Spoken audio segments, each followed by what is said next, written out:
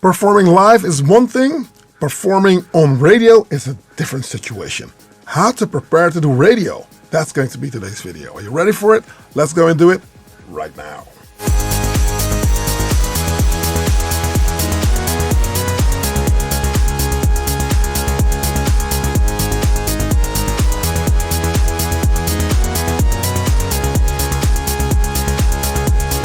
Hey, welcome. I'm in the kitchen and thank you for checking out yet another video. Now, if this is your first time here, don't hesitate to click subscribe and hit that notification bell.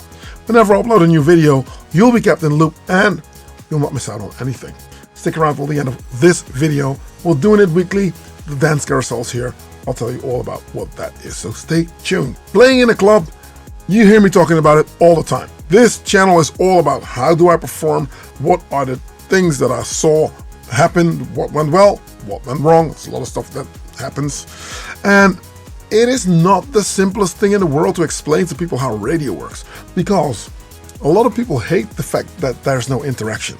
The people are there, and if you play for national radio, a lot of people are listening to what you're doing, but you don't see them. Now, how would you approach a live set on radio? Because I've seen that the 4, 8, 16, 32, 64, 128 to 56, that does not work. That structure does not work in a club. You can just be on a bass drum and a bass line like forever. But on radio is a different situation. As I worked in radio as a radio presenter as well, so I know the other side. And one thing a lot of people don't realize is the fact that you don't address people as a whole. You address people personally. People are not like most often listening to radio with a group of people. Not anymore. That was back in the 60s, maybe when radio just got really popular. But now everybody by themselves in their car, so you address people in a different way. And that way of communicating or reaching people, I think, differs a lot from being in a club and creating a community, creating that unified feeling with a lot of people on the floor. So how do you approach it when you look at your instruments? For one, I choose different sounds.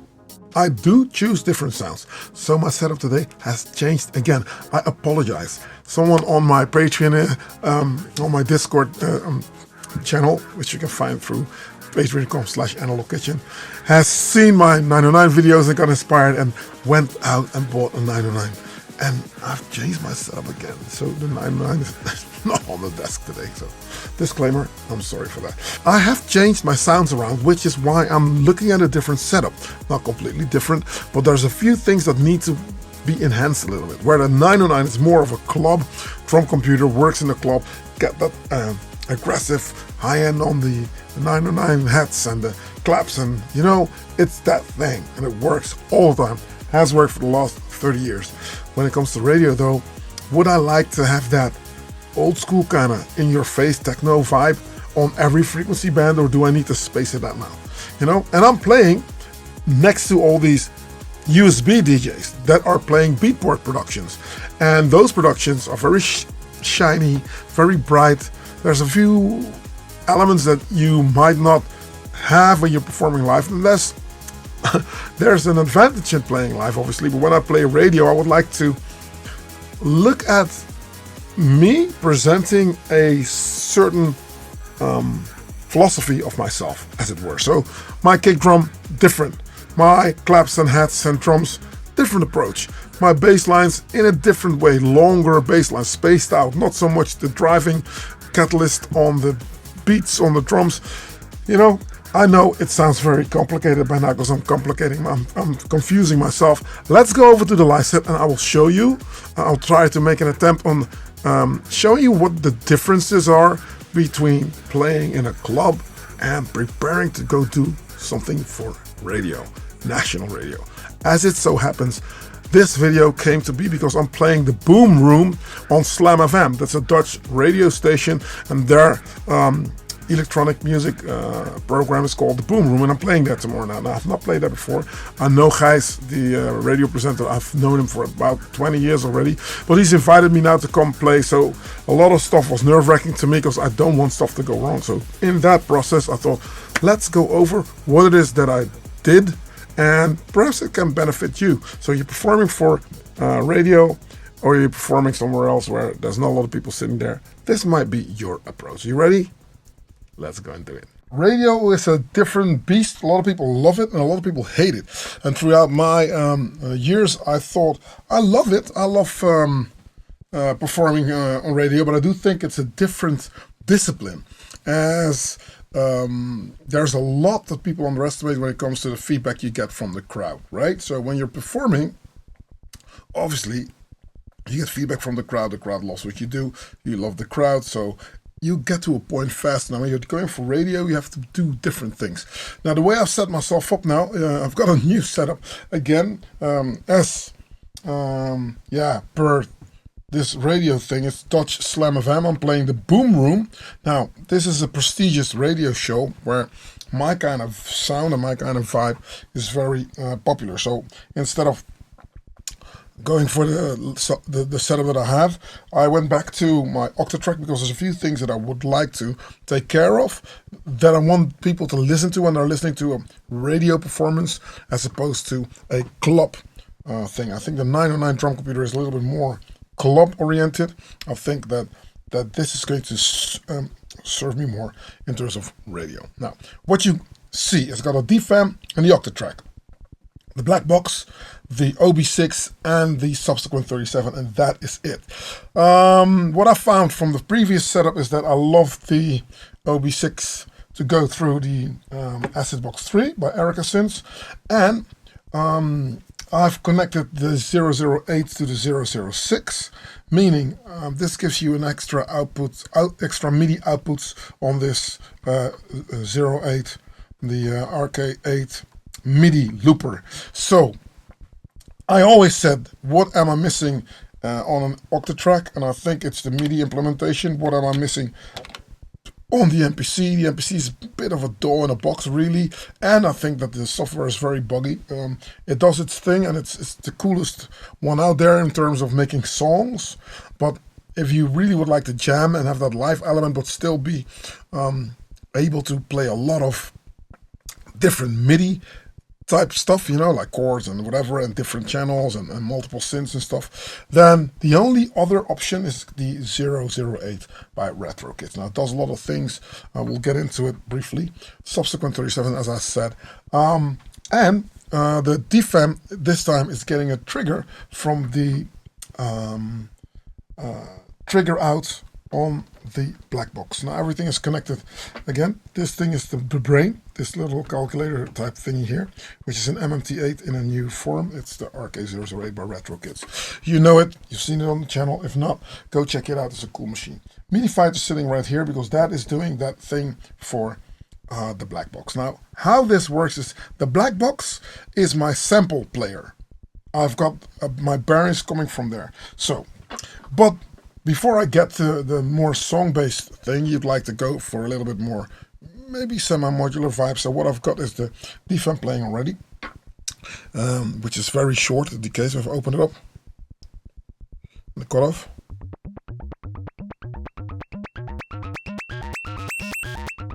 Nice. Now, obviously, this is going to set myself up for and make sure that the crowd also gets into a vibe. Now, what Gerrit did is he has programmed one of those channels on the 006 to automate CV as well. This little device here is a MIDI to CV converter thingy where you can now control your DFAM if you want. What I've done, however, is I trigger a gate information so that it does something different here. As you can hear now, it's only, so it does a little bit of a boogie, which helps when the filter is down. Now let's start, and I'll gradually get you through how I'm approaching this radio thing. So with radio, it is a bit of a Robin Hood kind of situation. You have to really envision a crowd before you, but you have to keep levels in check. So everything goes a little bit more organized. So the sounds that I'm going to use need to really sit tightly together now.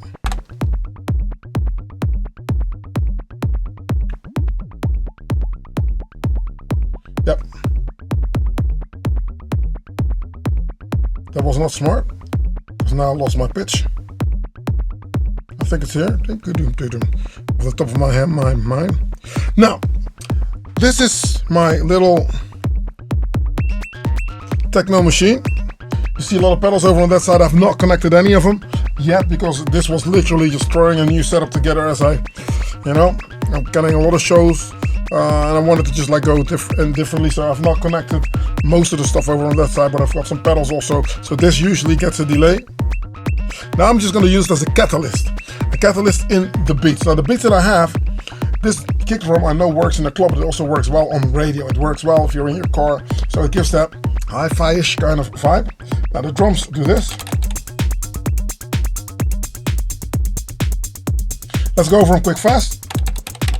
Usually when I'm performing for radio, when I'm performing live, I'm just banging it out, going in straight, right? The 909, and I don't really look at levels, because you don't really hear a 1 dB difference when you're on a dance floor, if it's a club sound system. Most of the stuff is mono sound system, so there's a lot of information that gets lost, but there's also a lot of information that gets amplified. Now when it comes to radio, all of a sudden your tracks are exactly the way you line them up, so the way you are looking at levels is very important. So that I've already done on the Octatrack. I've deliberately looked at, okay, what is my kick?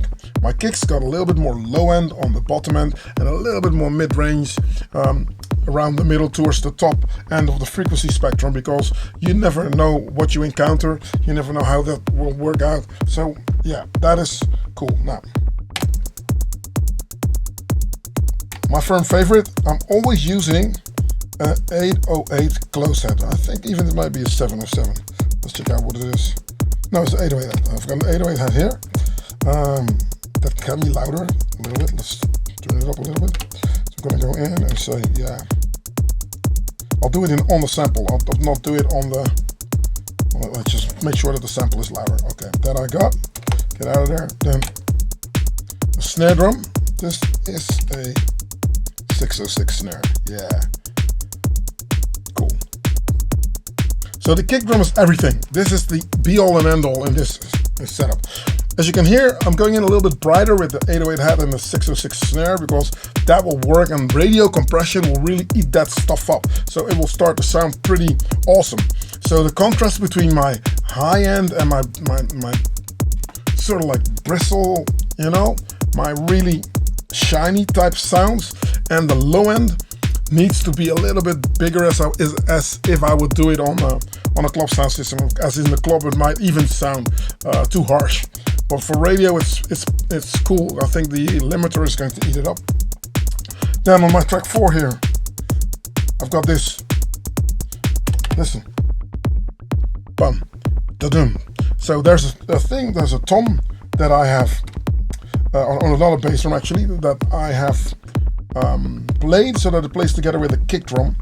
So you get a boom.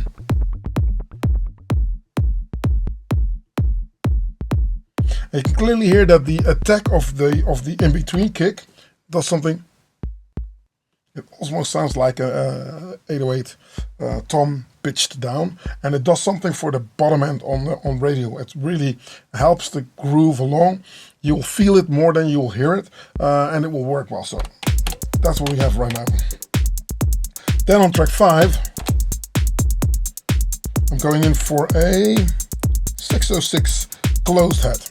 Okay, which can be louder also. You have to turn it up a little bit here. Yeah, nice, cool. And then here's this dancer loop right here. So there's a bit of a loop that plays. Boom. How did I program it? On track 6, let's see what I did. Oh, just nothing. Boom. Long loop. Cool. And the rest of the drums. Now there's a theme that's going to play, but I will play that later. The RK008 is set to wait till the end of its looping pattern, the part, and then it will switch to a different part, which is cool. So you can, create a song on the fly, but that's how I've done it. But I'm sticking in one part because I'm only using these two synths here, so I can easily use 8 tracks to play different things. So the top row is all subsequent 37, on which the first thing is already playing, and the second row is going to be the OB6. So you can play something here, you'll mute it and then go to a different track and have the same setup, but then play something, so you can toggle between what you maybe have produced on a track you have released or something. So it's a smart way to just look at that and make sure that that will work out also. So that's how I do it. There's a theme on 7. I always have a theme on 7 on the Octatrack. If not a theme, I'm using this as a through machine so I can get sound to go through.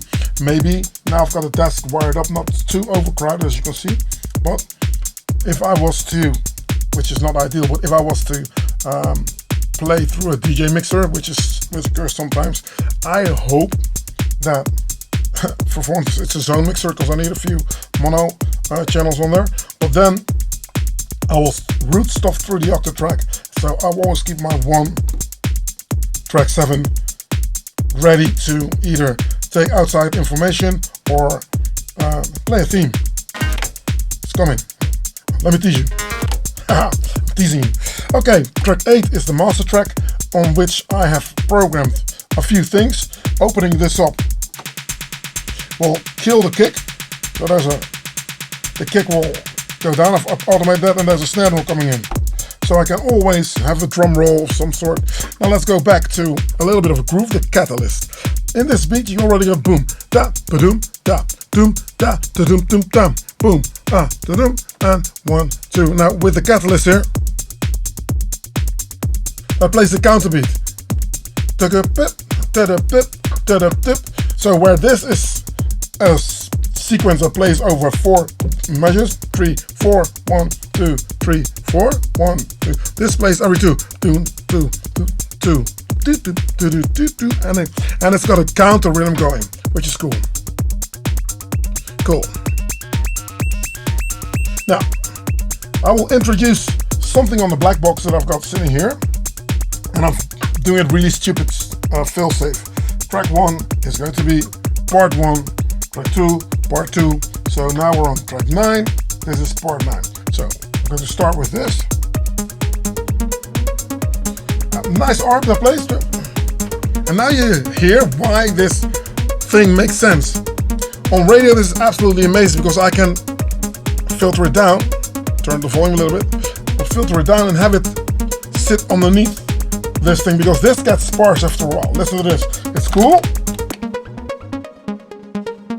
but it gets sparse after a while. So you would like something that doesn't interfere but does the same thing. This is a nice arpeggio that plays the same thing, stays on the same root note, simple, and then, which is really weird because there's one note that's really off or dissonant, but I love that about a DFM. That's what a DFM does for you. Nice, cool. Drums back in. Cool. Now, this is how I set myself up, and I'm thinking, then the only thing I need to do is add a bass line to it. Can I dance to this already? Yes.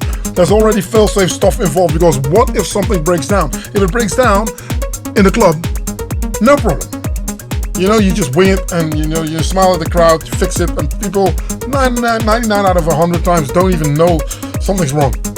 With radio, you're standing there butt naked. If something breaks down, you need to figure it out. Now this is already my hamster wheel kind of vibe. You can stick into it. If you join the Wide Awake Club and you're on a dance floor, you know exactly that this is speaker hugger material. So that's what I like. The bass line, however, usually I would say I'll play, let's go here and say, go for the output, channel 9 as I said. Open it up.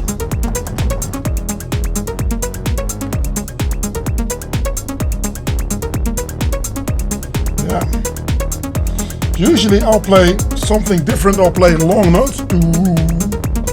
You know, I'll play longer material, but now I've went for dum dum dum dum dum dum dum dum dum dum. So I'm gonna play the same thing as what's playing here, but on different notes on the black box, right? So taking out the kick here, and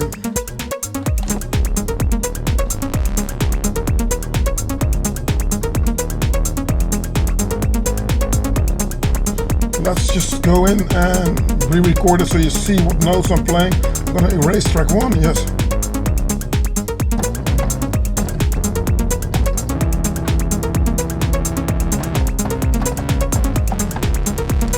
Yep, got it here. Got to turn it up way loud so you can hear it. Filter it out.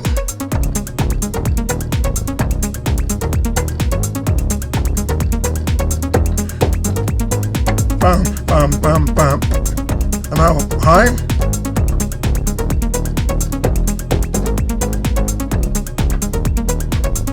Cool.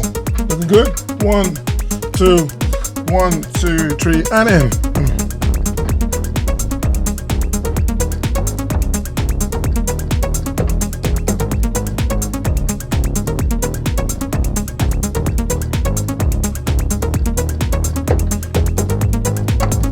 Wow, how nice is that bass line? So what it does, it gives people on the radio a little bit more longevity, right? Because usually what I would play when I'm playing a little bit faster and louder probably in the club, I'll go for a different bass line. That bass line would be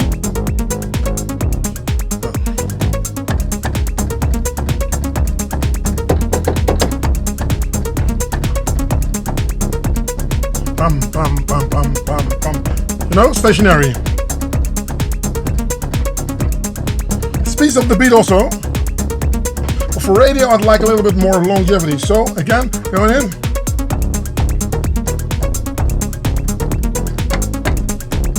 See, now screw it.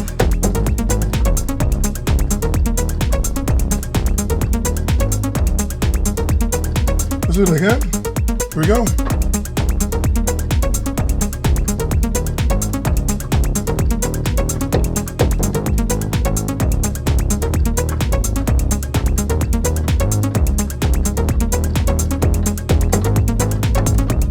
Nice.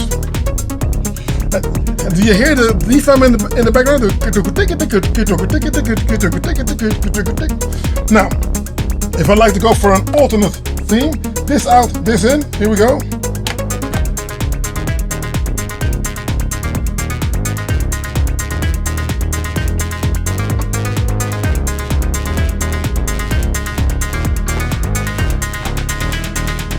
Nice one. So now you got an alternate theme that works. This is some sort of an arpeggio, not really, this is more of a theme, and that will play with that stationary thingy. If I play this and then I'm going to play the other one, it probably won't work because this has got more notes, and more notes means it's going to be busier, your brain has to process more, so I'll always start with a theme that is easy to process. So for radio, the way we always perceive radio is longevity to the listener's ears. So you like to lay something down that is not too musical, but does that housey vibe, which is this, which I've already pitched. So that's a bit of a melody in there, and I'm trying to take the burst out of there.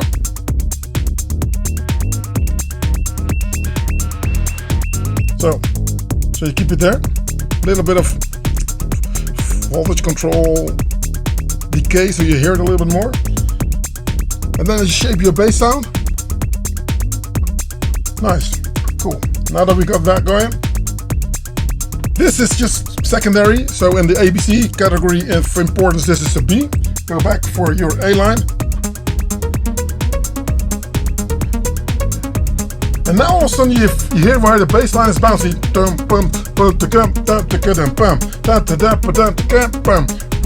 Nice. Open up the filter a little bit more here.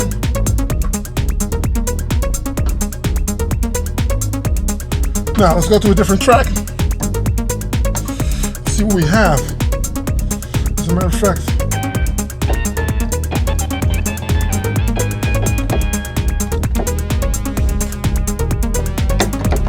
and I'm going to cheat a little bit. I'm going to transpose my track.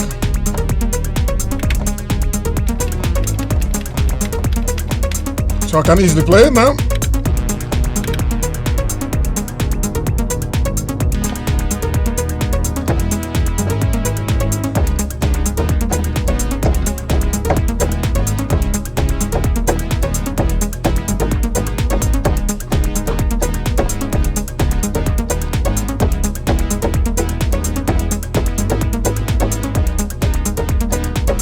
Simple. See if we can record that in. 1, 2, 3, here we go. Whap.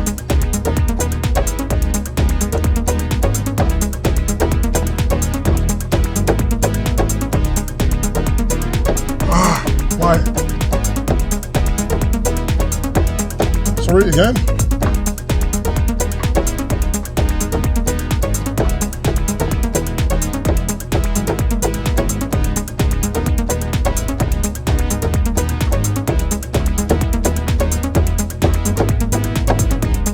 Nice.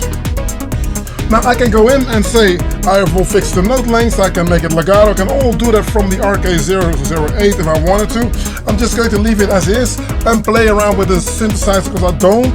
This is the whole reason I'm not using the MPC anymore. I don't want to go into one machine and start tampering with another machine.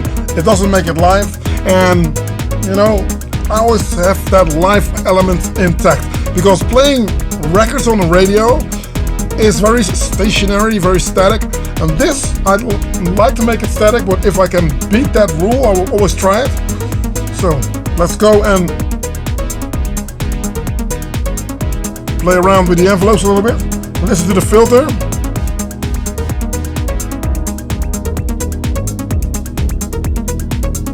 Nice one. So we'll build it up, a little bit of tension. Here we go with that loop in here.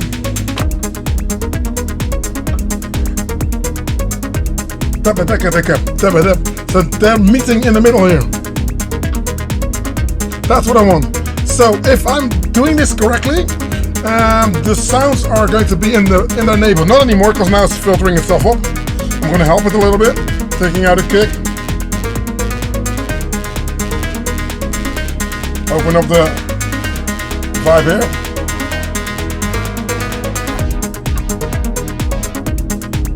So the arpeggio on the black box and the arpeggio coming from the Octatrack are meeting each other.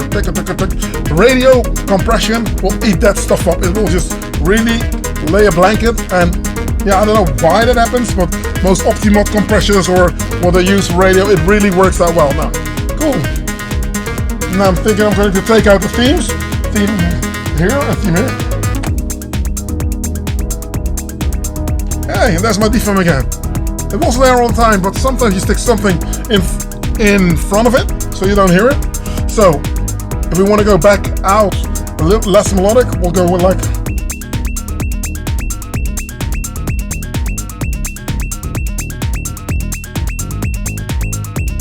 nice. I don't even turn it out, turn it off. I'll just turn it down. And there you go. Back in with that vibey kind of. And now you can transition to another thing. So how do I transition?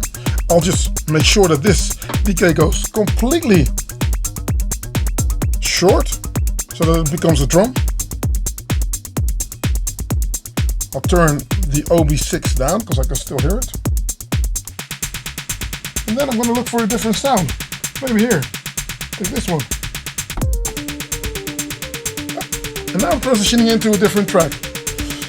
If I'm playing this one, there's no part name, it's going to go to 10. And now it's going to just play a completely different vibe here. And there's nothing here.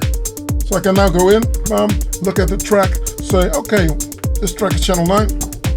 There you go, open this up. And start my routine all over again from one.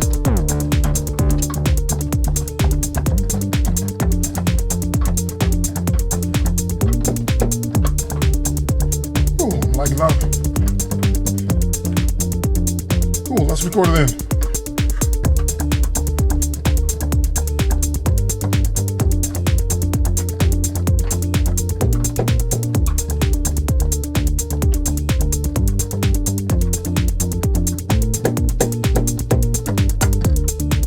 liking that, liking that a lot.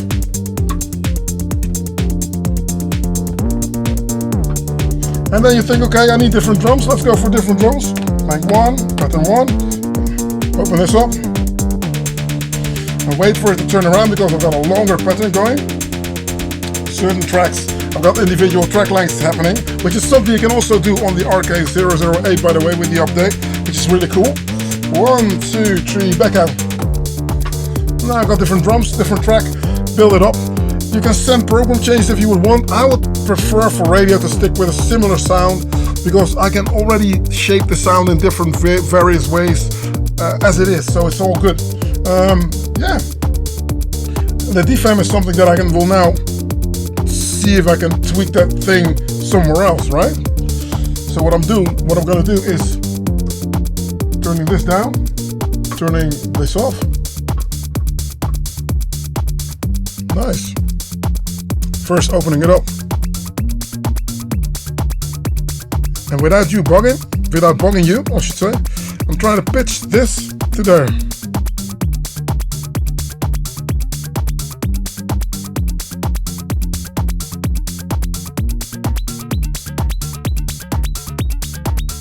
There you go.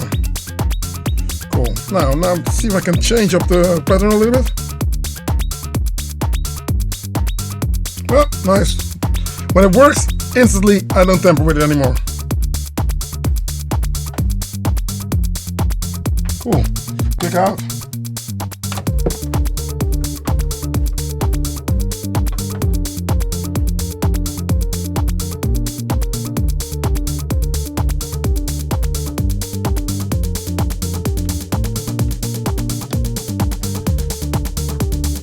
Outputs 11.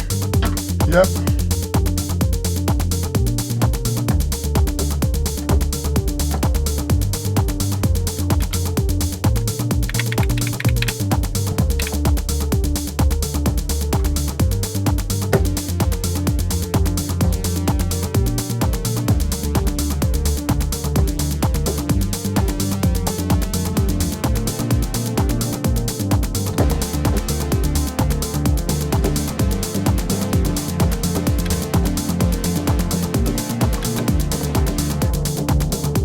Let's lay a blanket there. Record this in.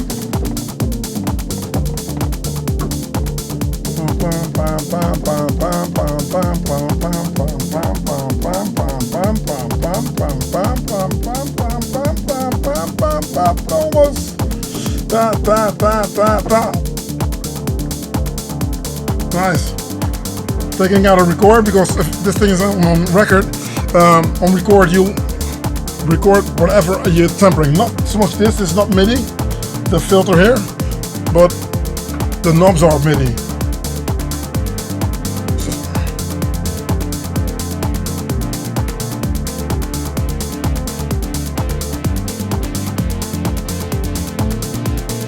Playing around with this.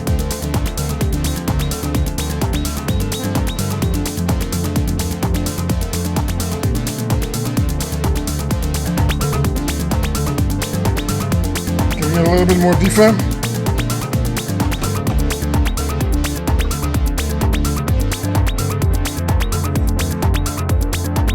And that's my process, you know. That's how I think it works. Steps, gradually, and again, you have to really categorize a few things in what you want people to hear first, how you want to just like go over that certain sound, and how you would like to come back to it. See? Now this is a little bit too aggressive, the DFAM. Every sound has its sweet spot. When you open filters up nice and slowly, if you listen to what you're really hearing, listening, not hearing stuff, listening to it, you'll see there's a lot of stuff that can actually happen and most of it actually work for you. Now, this is my process. As always, let me know in the comment section how you work it, if you like the vibe, and yeah, keep grooving. And that's how I do it. You know what I mean? That's how I look at it. That's how I approach it. I think that works. Let me know in the comment section what your approach is, how you would perceive things if you perform already, if you've gotten wish to perform, let me know. And if you like what you see, you love what you hear, consider signing up for Patreon. There's a lot of like-minded people that are there.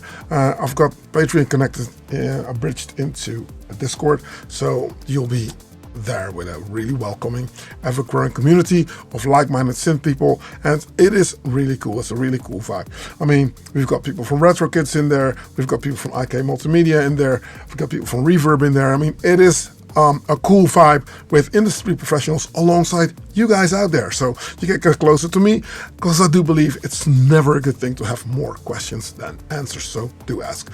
Okay, I guess that's that for this week's video. Let me know whether you liked it or not. Click like, subscribe, help it out. It does help the channel a lot. There's also channel memberships. And I guess that concludes our broadcast day. Thank you. I'm in the kitchen. I hope you enjoyed yourself. I'll catch you next week. Keep watching this space, sir or ma'am. If you made it this far into the video, you are an absolute superstar. And I will catch you next week on another video. Thank you. Peace. I'm out.